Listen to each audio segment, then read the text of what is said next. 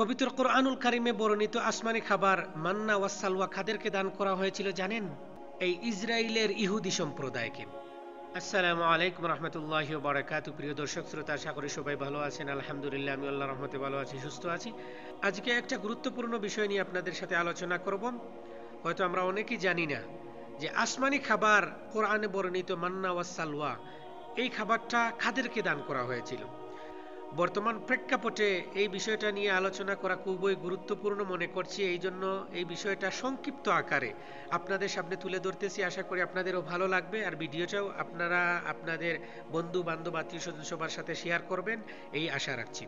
পৃথিবীতে ইহুদি সম্প্রদায় এমন একটা জঘন্য জাতি, যদি এর ইতিহাস কেউ না জানে তাহলে এদের সম্পর্কে বলতে পারবে না। পৃথিবীতে নিকৃষ্ট একটা জাতির নাম হচ্ছে ইহুদি। এই ইহুদি সম্প্রদায় যখন যেখানে গিয়েছে সেখানে ফিতনা ফাসাদ সৃষ্টি করেছে।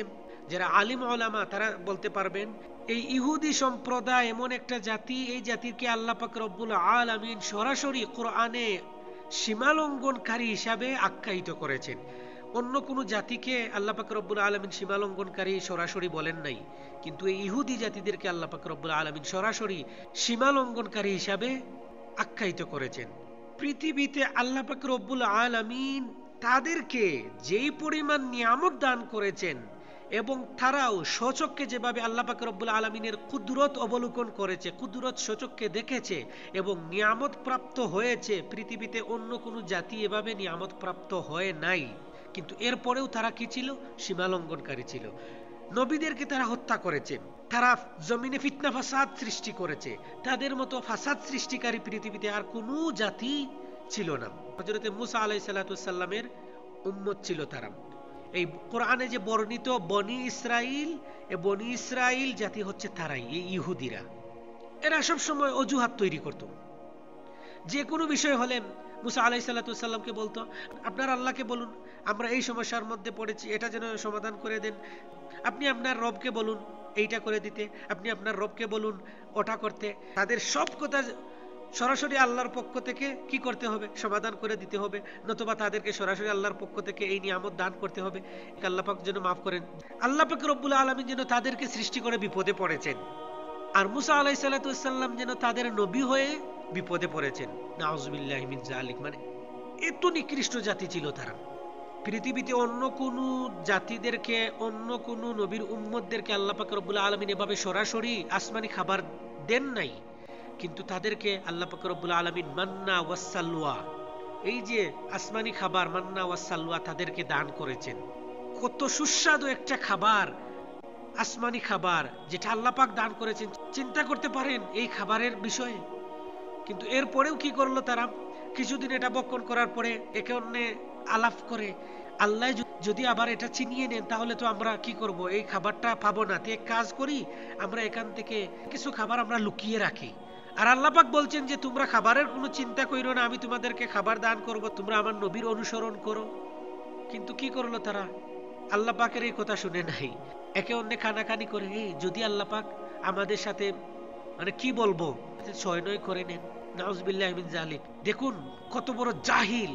আল্লাহ পাক বললেন তোদেরকে এই নিয়ামত আর দান করব না। আল্লাহ পাক রব্বুল আলামিন এই নিয়ামত তাদের কাছ থেকে কি করে নিলেন? ছিনিয়ে নিলেন। তাদেরকে আল্লাহ পাক রব্বুল আলামিন আসমানি পোশাক দান করেছেন। এই আসমানি পোশাক কখনো ধোয়ার প্রয়োজন পড়তো না, এই আসমানি পোশাক কখনো ময়লা হতো না। এই আসমানি পোশাক কুদরতি পোশাক ছিল, যে মানুষ যত বড় হবে এই পোশাকটাই তত বড় হতো। সুবহানাল্লাহি ওয়া বিহামদি সুবহানাল্লাহিল আযীম। এত বড় বড় নিয়ামত আল্লাহ পাক রব্বুল আলামিন তাদেরকে দেওয়ার পরেও তারা কি করেছে? আল্লাহর অবাধ্য হয়েছে, নবীগণের অবাধ্য হয়েছে। তারা আল্লাহর নবীদেরকে হত্যা করেছে। কত বড় জালিম ছিল এরা, চিন্তা করতে পারেন? আবার আল্লাহ পাক রব্বুল আলামিন তাদেরকে যেভাবে নিয়ামত দান করেছেন, ঠিক তেমনি ভাবে তাদের অপকর্মের কারণে যুগে যুগে এদেরকে ধ্বংসও করেছেন। পৃথিবীতে আল্লাহ পাক রব্বুল আলামিন অন্য কোনো জাতিদেরকে এভাবে ধ্বংস করেন নাই, এই ইহুদি জাতিদেরকে যেভাবে ধ্বংস করেছেন, এবং তারা দুনিয়াতেও লাঞ্ছিত হবে, পরকালেও লাঞ্ছিত হবে। ফেরাউনের মতো ব্যক্তি এদেরকে মিশর থেকে তাড়িয়ে দিয়েছে। এই যে নীল নদের ঘটনা আমরা বলি, এখানে মূল ঘটনা হচ্ছে তাদের অপকর্মের কারণে মিশর থেকে ফেরাউনের মতো ব্যক্তি তাদেরকে মেরে তাড়িয়ে দিয়েছে। যখন নীল নদের পারে গেল, মুসা আলাইহিসসালাম তো সাথে।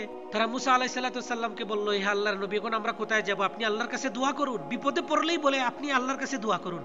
পিছনে ফেরাউন বাহিনী তাড়া করতেছে, একটাও ইহুদিদেরকে রাখবে না। এমন অবস্থায় আয়েশা বলতেছে, আল্লাহর নবী, আপনি এখন আল্লাহর কাছে দোয়া করুন, আল্লাহ যেন আমাদেরকে রক্ষা করেন। আল্লাহর নবী কি করবেন? আল্লাহর কাছে দোয়া করলেন, কারণ নবীগণের দোয়া আল্লাহ পাকের দরবারে কবুল হয়। তিনি দোয়া কবুল করলেন এবং নীল নদের পানি দুদিক থেকে সরে গিয়ে মাঝখানে রাস্তা তৈরি হয়ে গেছে। সুবহানাল্লাহি ওয়া বিহামদি, সুবহানাল্লাহিল আযীম। আল্লাহর নবীর দোয়ার বদৌলতে এদিকে রাস্তা হলো, রাস্তাও তারা পার হয়ে গেল। এই ফিরাউন বাহিনীও এখানে পানিতে পড়ে ডুবে মরল। এই বনি ইসরাইল ইহুদিদের যন্ত্রণার কারণে ফেরাউনও টিকতে পারে নাই। তারপরে রোমান সম্রাট তাইসুল এই ইহুদিদের কর্মকাণ্ডের কারণে ব্যাপক হারে ইহুদিদেরকে হত্যা করে বন্দী করে রাখে। তারপরে এডলফ হিটলারের কাহিনী তো আমরা জানি কি করেছেন। যুগে যুগে আল্লাহ পাক রব্বুল আলামিন এদেরকে লাঞ্ছিত করেছেন, অপমানিত করেছেন, অপদস্থ করেছেন। পরকালেও এদের কঠিন শাস্তি হবে। কি পরিমাণ এদের শাস্তি হবে আপনি কল্পনাও করতে পারেন না। কারণ এরা সরাসরি আল্লাহ পাকের কুদরতি শানে কি করেছে? অপবাদ দিয়েছে। তারা বলতো হযরত ঈসা আলাইহিস সালাম নাকি আল্লাহর পুত্র। বুঝতে পারতেছেন আল্লাহ পাক রব্বুল আলামিন তাদেরকে কত নিয়ামত দান করেছেন, আর উল্টো তারা কি অপবাদ দেয়? আগেও দিয়েছে, এখনো দেয় যে হযরতে ঈসা আলাইহিস সালাম নাকি আল্লাহর পুত্র। নাউযুবিল্লাহি মিন যালিক, নাউযুবিল্লাহি মিন যালিক। এদের কোনো সাহায্যকারী নাই। এদের সাহায্যকারী না আছে দুনিয়াতে, না আছে পরকালে। আমরা কতটা সৌভাগ্যবান এসব বিষয় যদি আপনি চিন্তা করেন তাহলে বুঝতে পারবেন। কারণ আমাদের নবী, আল্লাহু আকবার, মাত্র 23 বছর ইসলামের দাওয়াত দিয়েছেন। এই 23 বছরে কিয়ামতের আগ পর্যন্ত আল্লাহর নবীর দাওয়াতি কার্যক্রম চলতেই আছে, চলতেই আছে। কিয়ামত পর্যন্ত এটা চলতেই থাকবে। আল্লাহ রাসূল পর্দা করেছেন দুনিয়ার থেকে, কিন্তু আমরা যে আল উলামা ওয়ারাসাতুল আম্বিয়া, নবীগণের উত্তরসূরিরা হচ্ছেন উলামাগণ। এই উলামাগণ আল্লাহর রাসূলের দাওয়াতি কার্যক্রম চালিয়েই যাচ্ছে। সুবহানাল্লাহি ওয়া বিহামদি, সুবহানাল্লাহিল আযীম। কিয়ামত পর্যন্ত এটা চলতেই থাকবে। আমরা নবীগণের সুপারিশ পাবো, আমরা অলিগণের সুপারিশ পাবো, আমরা হক্কানি আলিমুল আমাদের সুপারিশ পাবো, আমরা কোরআনের হাফিজদের এই সুপারিশ পাবো, আমরা শহীদগণের সুপারিশ পাবো। আমরা কতটা ভাগ্যবান চিন্তা করতে পারতেছেন? আর অপর দিকে এরা না পাবে নবীগণের সুপারিশ, না পাবে আল্লাহ পাকের দয়া, না পাবে পরকালে কারো সাহায্য। কারণ এরা দুনিয়াতেও অভিশপ্ত, পরকালেও থাকবে অভিশপ্ত। তো বর্তমানেও তারা যা করতেছে, অচিরেই আসমানি ফয়সালা তাদের জন্য আসবে ইনশাআল্লাহ। তাদের কি পরিণাম হবে একমাত্র আল্লাহ পাকই ভালো জানেন। সবাই আমাদের মুসলিম ভাই বোনদের জন্য দোয়া করুন। আল্লাহ পাক রব্বুল আলামিন এই জাতির ফিতনা ফাসাদ থেকে আমাদেরকে হেফাজত করুন। সবসময় আল্লাহকে ভয় করুন, আল্লাহ পাকের সাহায্য কামনা করুন। আল্লাহ পাক সবাইকে উত্তম জাযা দান করুন। আমিন।